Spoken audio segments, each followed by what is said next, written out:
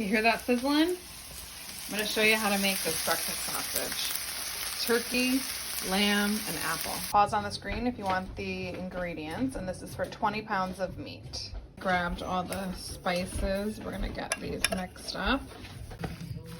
So we'll do a half a cup to a third of a cup of maple syrup. There we go. This is all going to run through the grinder, so even though that parsley is not 100% broken up, it will be. It'll all combine too. Yeah.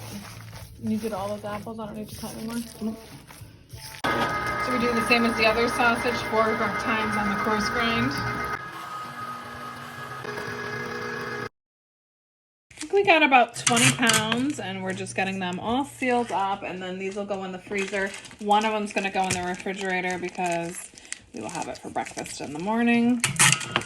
But we did a little sample. That's what you got to do, is make sure that you like the flavor and then it doesn't need any more salt or anything like that. So, oh, we got one that came apart already. Let's get that one redone. There we go. And they all look good. The lamb is one of our lambs that we raised out back, but the turkey was on sale for like $10 at the grocery store. And I'm going to make some stock here. And I think we're just going to use it tomorrow. Maybe we'll do like a loaded baked potato soup or something like that. Thanks for joining us at the farm today, everyone. I hope you are enjoying our daily farm vlog series. Make sure you check out some other recipes in this series.